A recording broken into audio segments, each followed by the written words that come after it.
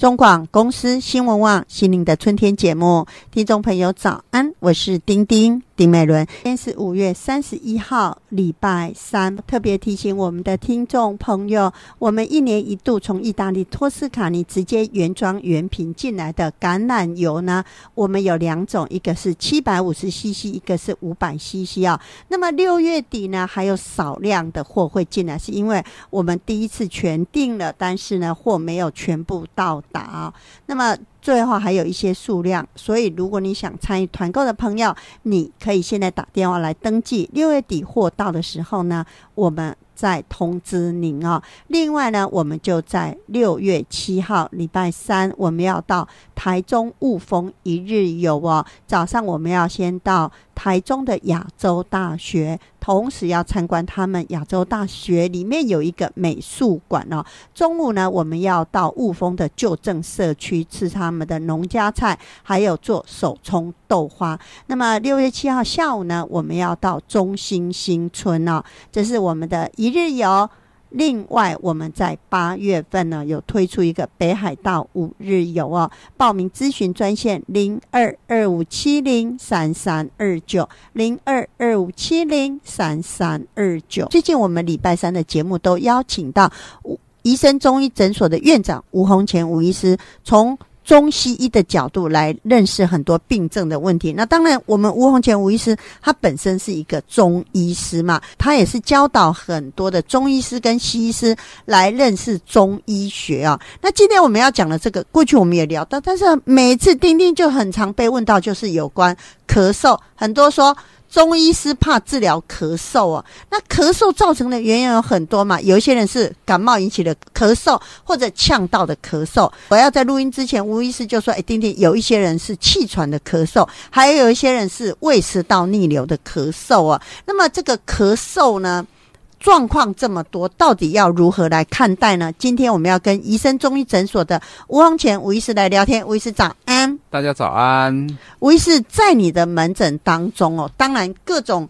奇奇怪怪的疑难杂症都会来找你嘛，但是呢咳嗽很多。我们先来谈谈感冒的咳嗽。有一个大姐说她呢大概是3个月前感冒，然后那个时候因为她是从美国回来住在台湾的，所以以前都是接受西方医学那一套，就是他说在美国感冒哪有在看呢，就多喝温开水啊，吃维他命 C 嘛。所以他回来台湾定居之后，他也是秉持这个原则，他说丁丁我身体很好，我很少感冒。结果3个月前呢，因为他现在68岁，他就想一样啊，我就是感冒呢，我就是多喝水，多吃维他命 C。 但是这一次呢好像拖了10天才好哦。10天好了之后，他的咳嗽并没有断根呢，就是这3个月还时不时就咳。然后他就说丁丁是不是我感冒没有好？我说当然呢。这个咳嗽也很复杂，疫情以来呢，很多的过敏被诱发起来，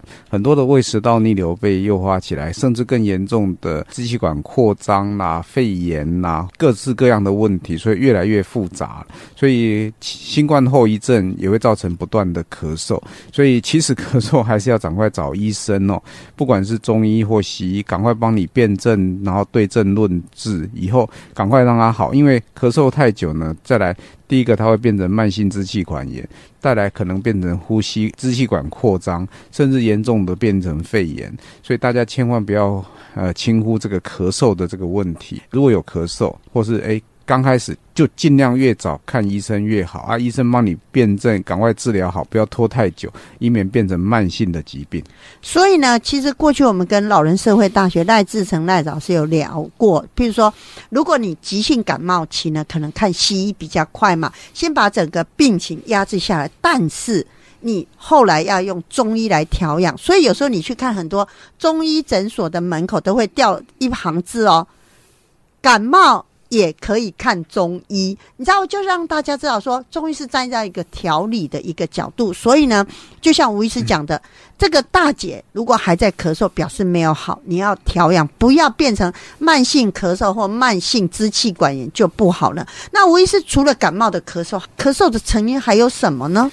一般我们现在在台湾里面最常见的一个就是会造成慢性咳嗽，一个就是胃食道逆流，一个就是过敏性鼻炎。那胃食道逆流跟过敏性鼻炎，其实我在教学生呢，你可以从他的咳嗽的情形稍微去辨别一下。那像这些过敏性鼻炎呢，它可能就会有打喷嚏啦、流鼻水啦，或是鼻涕倒流，而且他们会特别在说，就是你在睡觉的时候，当感觉有鼻涕倒流的时候，引起喉咙痒的咳嗽，那这个大概就是你要先把他的过敏性鼻炎治好了以后，他的咳嗽自然就会好了。那另外一个就是胃食道逆流的，那胃食道逆流就是说，他会在喝大量的水，或是吃饱饭后或是他吃的东西躺着以后，东西跑到这个贲门去刺激到喉咙造成的一个咳嗽。而且这种咳嗽它就是这样子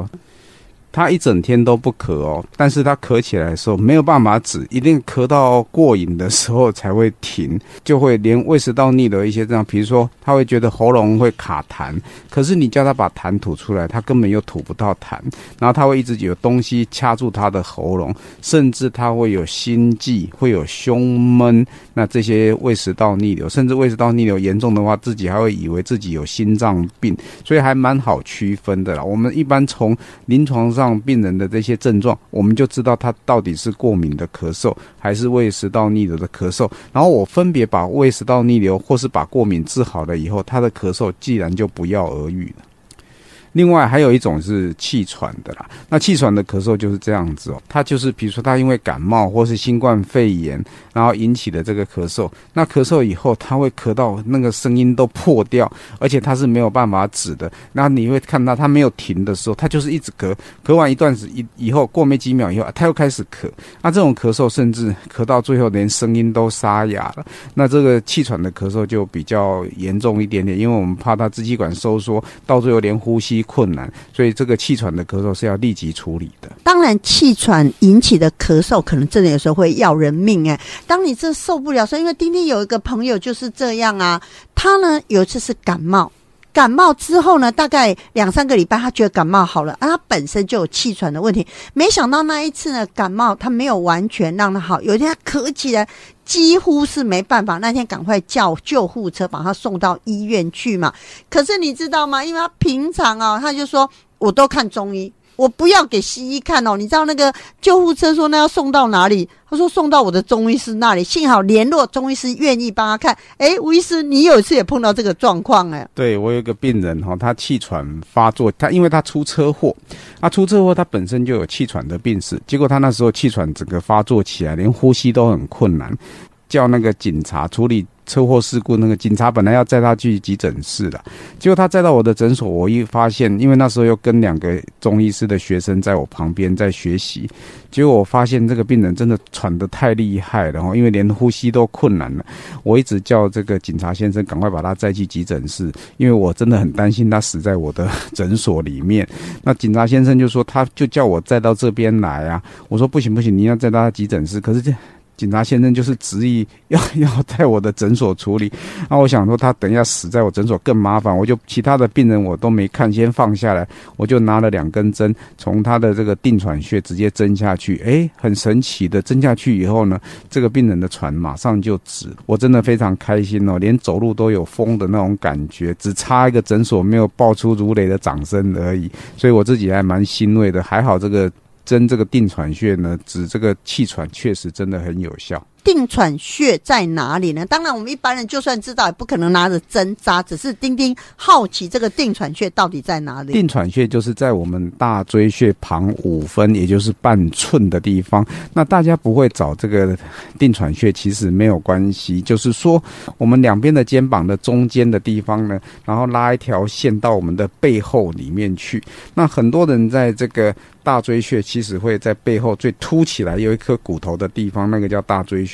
大椎穴凸起来骨头下面那个穴位就叫大椎穴，脊椎旁边5分的地方就叫定喘穴。那你不知道定喘穴也没关系，假设你是咳嗽或是气喘的病人呢，你在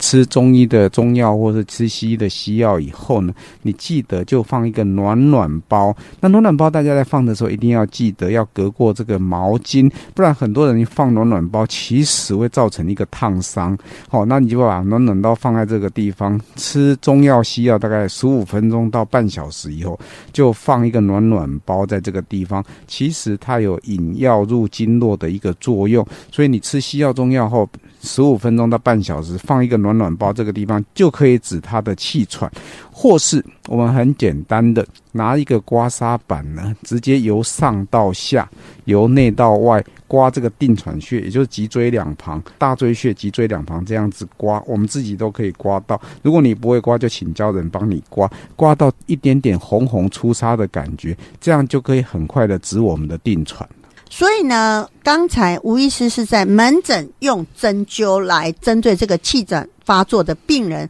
帮他在定喘穴扎了针，很快哦，呼吸就比较平顺了嘛。那丁丁说，如果我们找到这个穴道，就像吴医师讲，你可以用暖暖包隔着纱布或者毛巾来温灸它。或者是呢，你可以用刮痧板，或者是我们平常自己可不可以常常按压？因为如果说假设我有气喘的人，我平常按压它或者刮它，是不是也会有缓解？会，这个本身它是一个神经分布的地方。那古人很厉害，他是用这个临床经验去尝试，结果他发现针灸呢跟刮痧或是用暖暖包在这边有温暖的作用的时候，他就可以放松这边的神经，让这个气管不会造成痉挛的一个现象。所以我们用暖暖包、用刮痧的或是用按摩的方式，其实都有一个简单而且可以止喘的一个作用。所以我们今天聊到了咳嗽，造成咳嗽有很多的状况，譬如说最常见的就是感冒之后或者感冒期间的咳嗽，有些人是呛到的咳嗽。那么谈到了呛咳啊，有一个大哥是讲，他说有一次吃一个东西被呛到。那你知道我们呛咳是不是咳完就没事了？他说不，他说丁丁，我怎么那一顿饭吃完以后啊，时不时又咳嗽，所以他们怀疑说是不是那个食物跑到我们的支气管嘛，才会造成这个不断的咳嗽嘛。结果他就去耳鼻喉科看帮他照了X光，什么也没有。可是他从那一次呛咳之后呢，他就开始时不时的咳嗽。吴医师，你有听过这样的案例吗？呛咳应该是这样子，目前看到两个情形，一个就是说他呛咳以后，因为其实我们的肺部出来的空气当很急的时候，很像用一个很强力的吸尘器从你的喉咙吹出来，所以有时候可能会造成喉咙的一些破皮啦。那这种呛咳大部分会在2个礼拜呢，慢慢它修复了就好了。那如果超过2个礼拜的话，可能就要详细检查了，是不是因为他的呛咳有受伤或是什么原因。但是我个人会怀疑，就是说我们现在门诊看到的本身它会造成呛咳，可能就是有一点胃食道逆流的症状。呛咳以后又持续的咳嗽的话，其实他可能会误以为是他呛咳造成的咳嗽。我个人认为它是因为胃食道逆流才会造成的呛咳，那这个持续的咳嗽也是因为胃食道逆流造成的。所以如果是他到我诊所的话，我会从脉象再去分辨，如果确实是这个胃食道逆流的话，那我们从胃食道逆流去治疗以后，他应该很快就会不咳了。刚才吴医师也谈到胃食道逆流的咳嗽一定要赶快治疗，否则呢你这个整个气管食道经常受这个胃酸性的腐蚀，其实是非常不好的，甚至有人因此得这个食道癌很多。那吴医师，就像你刚才讲的这个状况，因为我跟大哥说，大哥你不只看耳鼻喉科，因为你耳鼻喉科他可能跟肠胃科搞不好你就是胃食道逆流、胃酸逆流什么。他说没有啊，耳鼻喉科医师就说我没有。我说那你要不要再看看别的科目？我觉得吴医师是这样，很多人只会跟你讲一头拉苦的症状，可是他没办法做连结，因为西医分的比较细嘛。跟学生讲，就是说你去辨别，比如说你是呼吸道的咳嗽，或是你是过敏性的咳嗽，它会有哪一些的症状啊、坚症啊。那你是胃食道逆流，你可能会有哪一些坚症？那我们医师呢，他其实会问的比较详细。我们除了脉象以外，其实我还教学生，就是说我们在看胃食道逆流的病人的耳朵的时候，在他的胃跟贲门的地方，一定会有非常鲜红的颜色、脱皮的一个东西。所以那天有一个中医师，他就传一个他耳朵的照片给我看，我就说你这个就是失眠跟胃食道逆流，而且都是压力造成的。他就说老师啊，你这个看的实在太准了齁。所以其实我们会用很多辅助的方式，从症状去问，然后从脉象、从耳朵，会从很多的面向去问，然后确定你是不是这个胃食道逆流。所以我倒建议这个病人应该可以去看一看你们家诊所附近的中医师，帮他做一个诊断。聊到了咳嗽的治疗啊，这个疗程的长短是不是因人而异？因为你现在我们这样听下来，造成咳嗽的原因百种那有一个大哥就跟我说，丁丁，我咳嗽的问题我找了中医师，譬如说怎么都没好啊，我觉得我这个咳嗽应该没有办法被治疗哈。我就问他说，你去看了几次？2次啊，2次不是应该就要好了吗？没有那么快你很多的病人其实都以为很简单。你要想说你的胃食道逆流，等到你60-70岁，你的那个贲门关不起来，已经是从30岁到60几岁，已经退化了30几年了。这个症状已经延续了30几年，你要叫医师2个礼拜就帮你治好，我想没有那么简单啦。那一般我在治疗，比如说像过敏性鼻炎或是胃食道逆流造成的咳嗽，刚开始呢，它速度会比较快，当然会比较明显。可是它完全好的话，一般我都会叫病人给我3个月到6个月，等到我把你的身体都调回来了，你的贲门的弹性比较好了，或是你的过敏比较好了，那一般都要一段的时间，不会说吃1次2次就好了。那吃1次2次就好的，我都还觉得说，其实我在跟病人开玩笑，我说那个是不是有毒品在才会那么快？不然你中医师这样子去处理的话，那个一定是有问题的。聊到了这个吴医师，其实我们过去恐怕也谈到，我们再做一次复习，你知道吗？有一些医师可能一刚开始药就会下得比较重，他就觉得说我让你迅速有感，譬如说症状可能10分，你就马上减低了6-7分，大家就会觉得这个医师有感嘛。可是就像你讲的，到最后怎么就无感？那你知道就有个大哥在问我说，丁丁，医师的药下的重不重，到底好不好？可是因为我们一般人不懂啊。你去的时候，你如果觉得那个症状对了我想中医它本身在调理身体的话，一定也还是要给医生一点时间啦。你不要想说我的病已经好几年了，因为1-2个礼拜就要让它好，那我都会说，那这种算是神医级的我不算神医级，我只是医生而已，你要给我更多的时间，所以不一定要下到那么重啦。因为调理身体的话，药毕竟3分毒嘛，所以我们觉得慢慢来。而且我尽量用养生的药来调理，对人的身体比较不会那么大的伤害。那你吃饭也一样，然后吃饭也不是说一天就给他吃个10碗，那就效果很好。我们一天吃个半碗，吃个1碗，然后慢慢的把身体这样补起来。小孩子就是这样长大，你不可能一下子揠苗助长，这样子对身体也不一定有好处。我们一般人怎么会知道药下的重不重？是因为这个大哥讲说，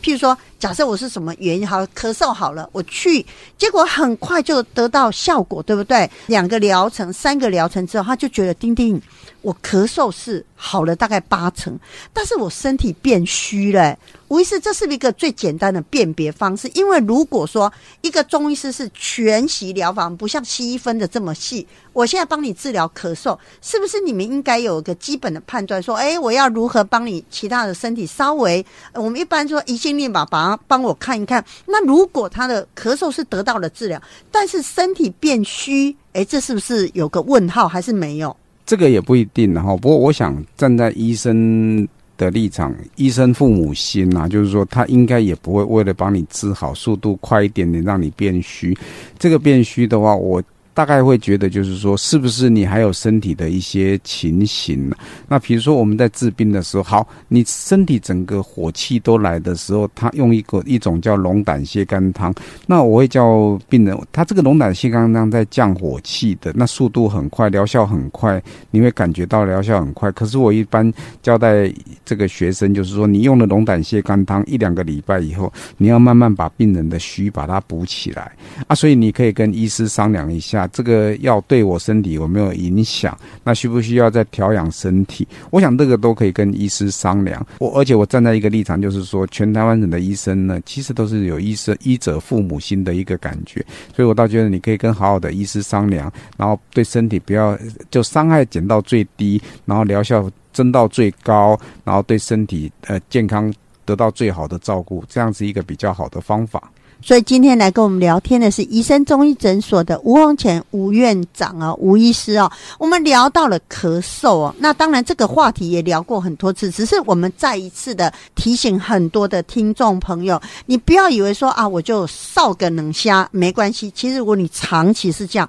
对身体绝对是不好的。是，所以不要因为咳嗽它会变慢性支气管炎，变支气管扩张，甚至严重变肺炎，赶快有病赶快找医生，赶快把它治好，这是最好的一个良策。所以吴医师，我们就下次见啦，拜拜，拜拜。网公司新闻网心灵的春天节目，听众朋友早安，我是丁美伦。今天是5月31号，礼拜3原本今天是我们花莲杨家珍医师用能量石要来教导大家灸的课程，缓解酸痛疼痛但是因为这2天台风天我们实在不晓得台风的走向会如何，很难预料，所以我们这个课呢今天是取消的，我们要改到6月6号礼拜2所以如果你想参加我们花莲杨家珍医师用能量石来缓解疼痛如何教导大家灸的课程呢，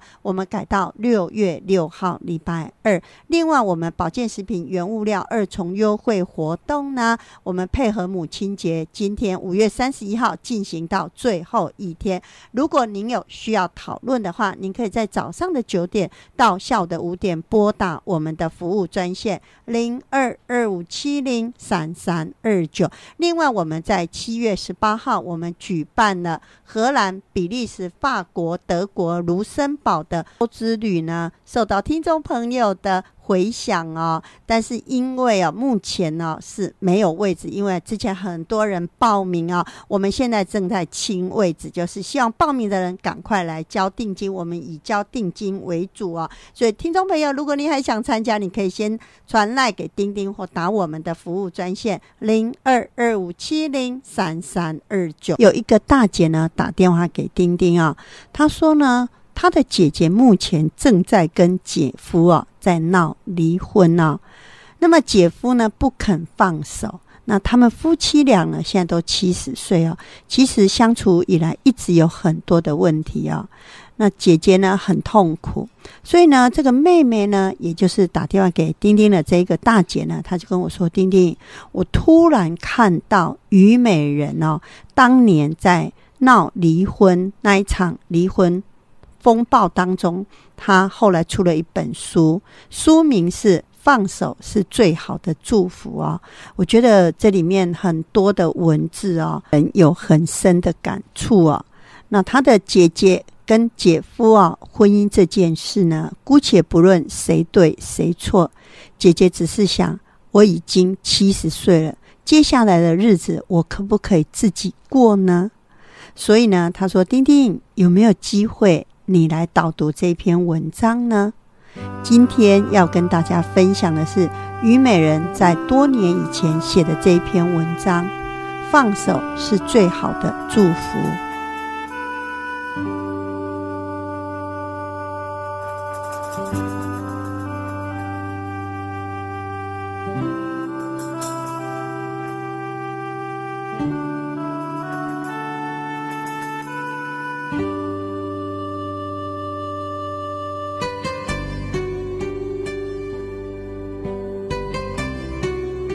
场突如其来的婚姻风暴，让虞美人的世界一系崩毁。我好像一直走在一条又黑又长的隧道，只能不停地往前走，好像再撑下去前面就会有光，却又不知道还有多远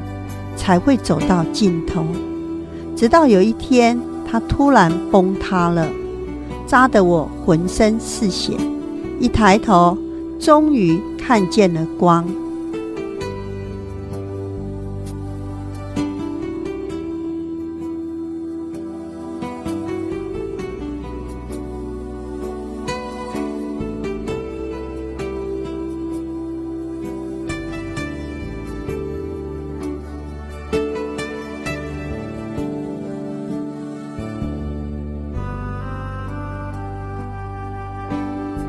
珍·奥斯汀的《傲慢与偏见》这本书里头有一句话：婚姻生活能否幸福，完全是个机会问题。婚姻就是两个不认识的陌生人，从不认识彼此到认同对方、包容对方。入婚姻之后，我认识了真正的他，他也认识了真正的我。但最后我们还是背对背离开了。原因我终于明白了，是我的问题，因为我从不认识真正的我。过去我尽我所能，希望满足他的要求，来成为他心中的那个虞美人。所以我渐渐戴上了面具，背起了包袱，最后甚至穿上潜水装，让真正的我沉下去。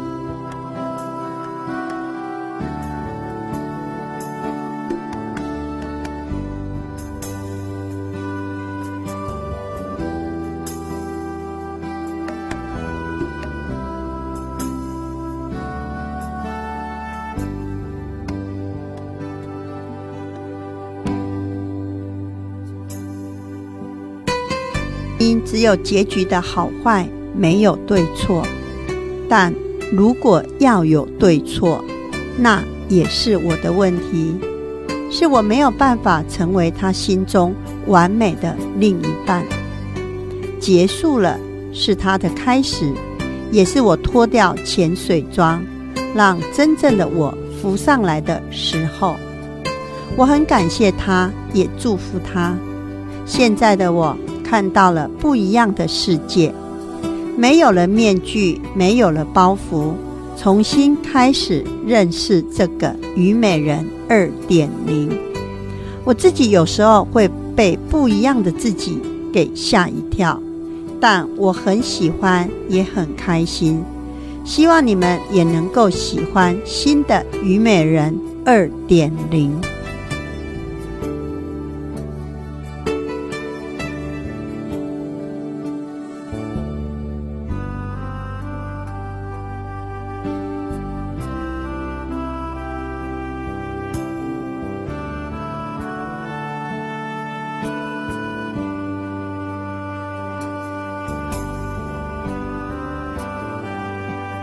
婚之后，我想做一件以前自己不敢做的事情，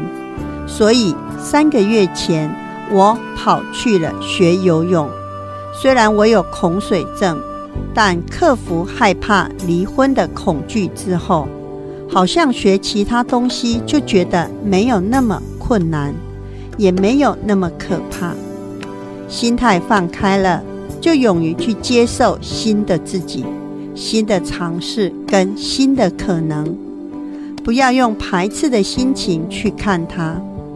我告诉自己，没关系，现在是新的虞美人，她可以接受新的东西。在水里的时候，我只要专注呼吸换气，游泳池的水给了我满满的安全感。我知道自己只要接受了改变，就如同接受我的婚变。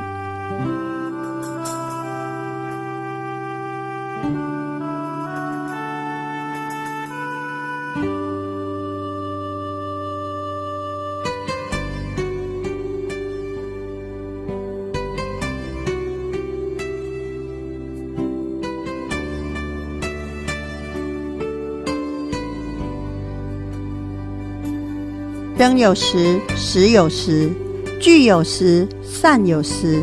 聚散从不遂人愿。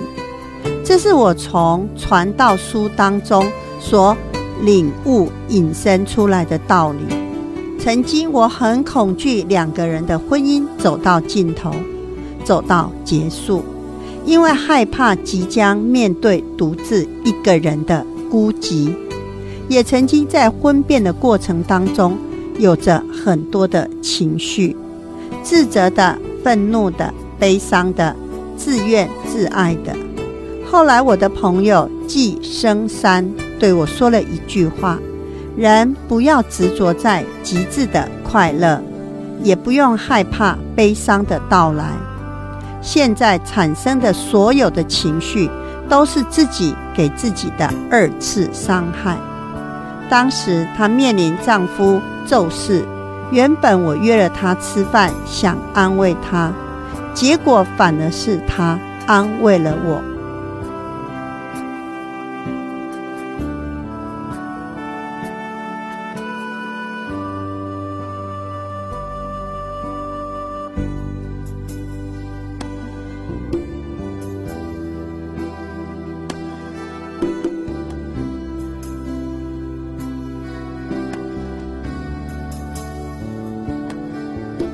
那一阵子，除了处理跟前夫的关系以及官司，面对媒体跟舆论，我却受到了许多挞伐跟不公平的对待。我们的社会会离婚率这么高，对离婚者的歧视却也不遑多让。很多离婚的妇女都会经历像我一样的过程，自我否定、被否定，觉得自己一定是不够好，或者有哪里做得不好，才会连婚姻都没有办法维持。人生其实很失败，只有婚姻维持着，那它就是成功了。这是为什么很多人宁愿死撑在那里，不愿意离婚的原因。似乎只要勉强维持住婚姻的外壳，有很多藏在里头的问题就不用被看到，也不会被讨论。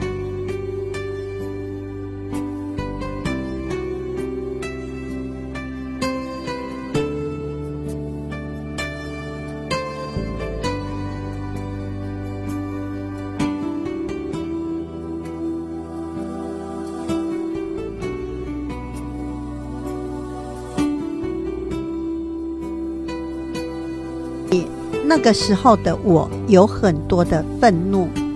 第一个是生气对方，你怎么可以这样对待我？第二个是气自己，我怎么可以让人家这样对待我呢？直到后来季生山的话让我明白，多少的情绪都是自己给自己的二次伤害。后来我的心态就转变为感谢，感谢我还有这个机会可以去游泳、去健身、去做很多想做的事。我还来得及疼我自己一阵子，是好一阵子，而不是只有一阵子。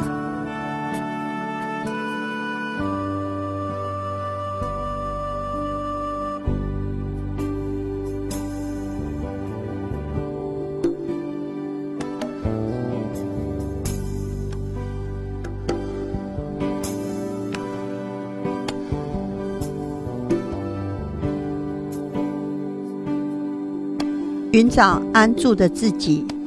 婚姻没有所谓的成功不成功，它是永远的进行式，它是一直在变的。不要为了别人肤浅的眼光失去了自己的深度。真正敢的人是走完人生全程的人。离婚与否只是选择的路不同，不离婚的人其实是选择一条更难的路。不迎不拒即是安住。在整个婚变的过程当中，我一直在用这句话来思考我自己，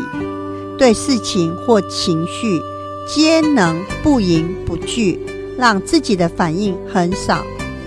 只有一点点，不过度反应，就能够让自己安定下来，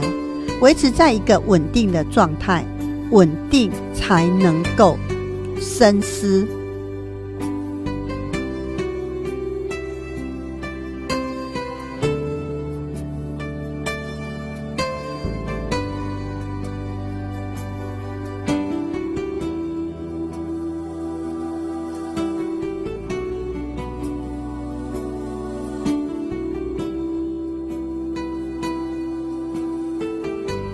如果你还在婚姻里面，你也要练习说对情绪，不迎不拒，不拒绝那个悲伤的情绪，也不要特别去创造夸张的快乐，让情绪不迎不拒，你就可以安住在那个情绪里面。这其实是很困难的。婚姻不如意的时候，难免会想到是不是要离婚，来作为解决问题的选项之一。但我要告诉你们，如果你现在不确定自己要不要离婚，我会劝你不要离，因为你会离不掉，离不成。离婚是一件毫无悬念的事情，你必须要有退到无路可走的决心。要是你还犹豫不决，那就是时机还没有到。如果在婚姻当中，你已经感觉到快要不能呼吸，再不浮出水面就会窒息，那或许就是时机到了。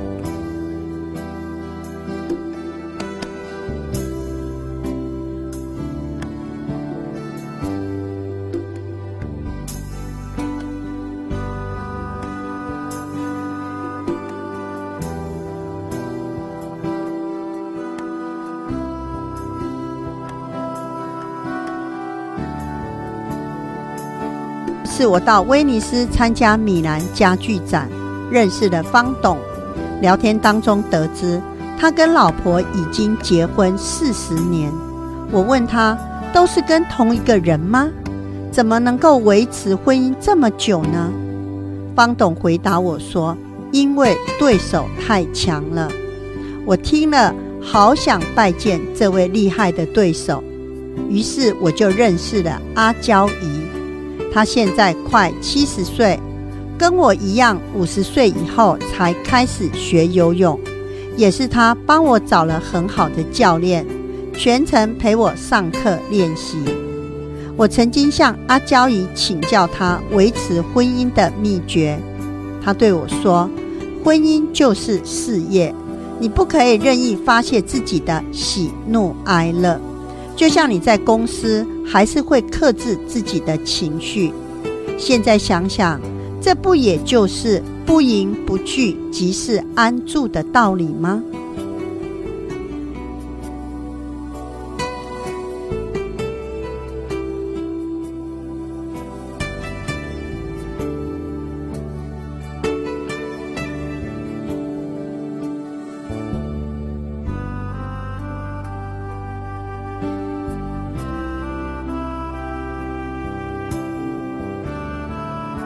如果你害怕离婚，是因为担心自己无法承受孤寂，我想告诉你，2个人的寂寞比1个人的孤单更可怕。离婚之后的空虚、寂寞跟无依，往往会让人产生很多想法。你会想象出一些依靠，以为别人会给你依靠，但不是的。你要先想象出安住的自己，慢慢的你就会冷静下来，觉得自己充满了机会，充满了新生的动力。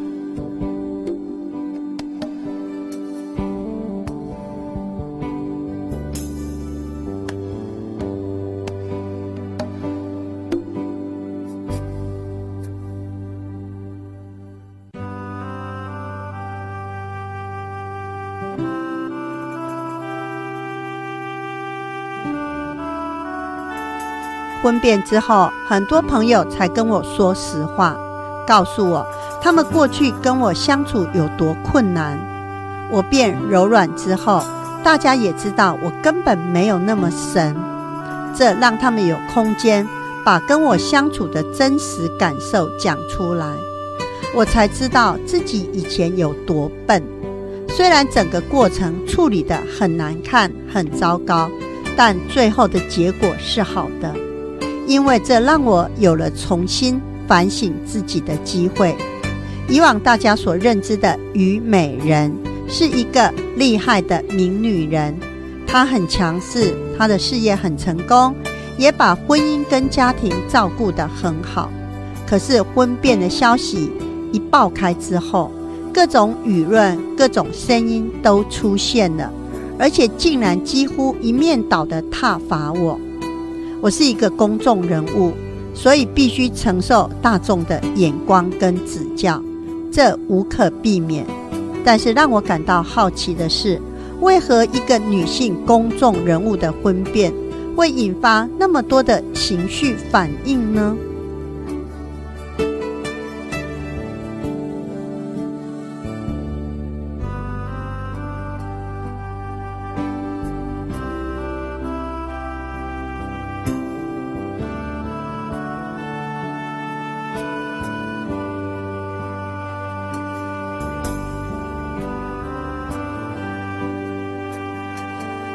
那个时候我有一天去买旗袍，就不小心听到有婆婆妈妈说，她就是都只对自己的妈妈好，不对公婆好，难怪会被离掉。大家似乎把自己的情感投射进去，把对完美女性的形象投射在公众人物身上，但自己却不一定做得到。有人认为女人就是太追求工作成就，所以婚姻才不会幸福，就是因为太太很成功很强势，所以先生压力很大。每一个人的看法不同，我都可以接受，但是为什么强势的一方就一定有错呢？社会似乎不允许像我这样的女人喊痛，不允许我脆弱。难道大家以为的名女人就不会经历许多女性都曾经历过的痛苦吗？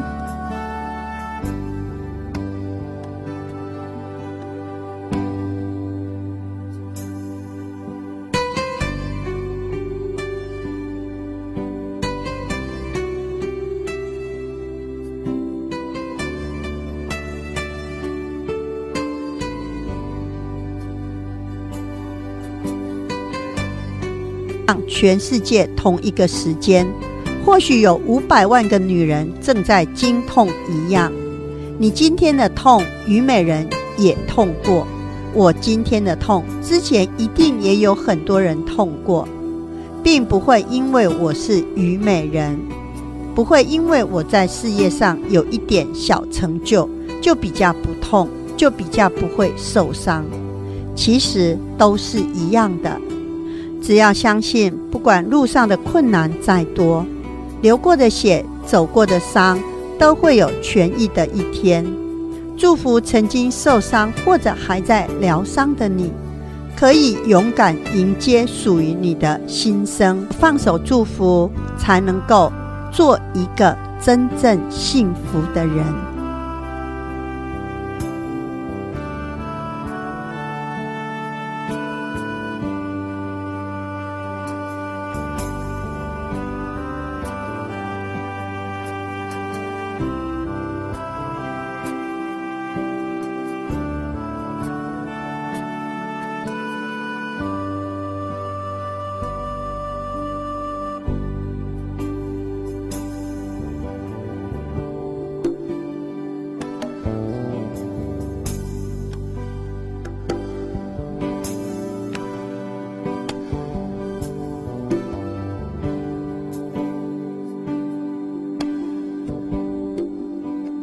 公司新闻网心灵的春天节目，听众朋友早安，我是丁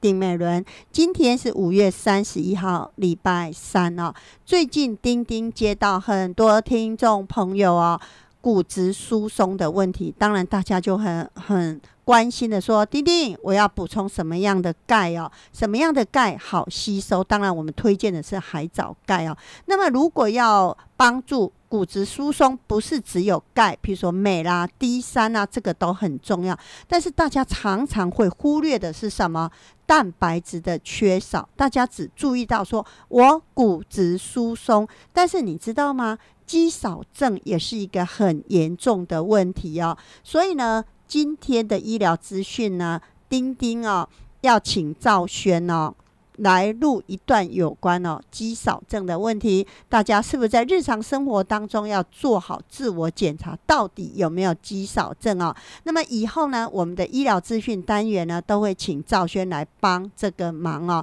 那因为兆轩最近要带小孩，没有办法来录音室录音，所以他是在家里用智慧型手机录的。我们实验过几次，觉得效果还不错。如果你觉得好像空间感比较大的话，要请大家多多的包涵。我们的服务专线0225703329啊，无论你要参加我们的国外旅游。我们最近呢，在7月有推出一个荷兰、法国、比利时、卢森堡跟德国的行程，但是目前这个是没有位置，因为我们正在清位置，就是报名的朋友，我们要请他赶快缴定金，以缴定金为主啊。那么8月呢，我们要推出北海道5日游啊。那么国内旅游呢，我们在6月7号礼拜三，我们要举办台中雾峰1日游。当然我们要到南部看看最近盛开的阿伯勒哦。阿伯勒是一种黄色的花，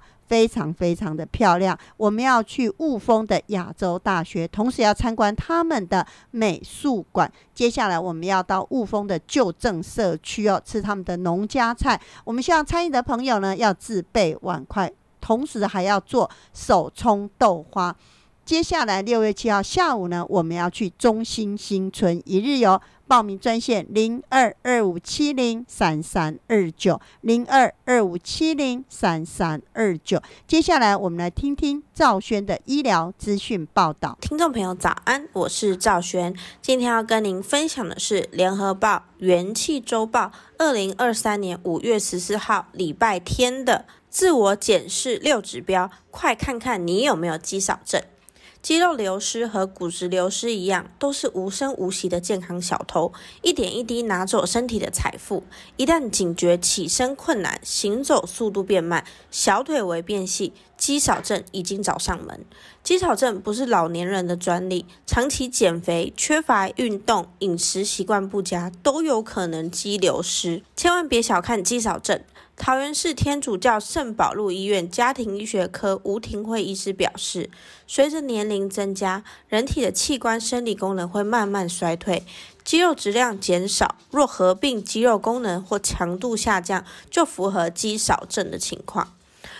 国民健康署统计，在台湾65岁以上肌少症男性比率为 23.6%， 女性为 18.6%， 也就是大约4到5位的长者中就有1位是肌少症患者。如果没有经过相关评估，很有可能自己也不知道是否有肌少症的危机，可谓健康的隐形杀手。年轻人久坐、营养不均、不当减肥，也可能会面临肌少症的问题。吴廷慧说，肌肉和骨质一样会随着年纪流失。相关研究指出，成年人在40岁之后，肌肉质量平均每10年减少 8%，70 岁以后流失的速度会越来越快，每10年减少 15%， 而大腿的肌肉力量在40岁之后，每10年下降 12%，70 岁则每年下降约 30%。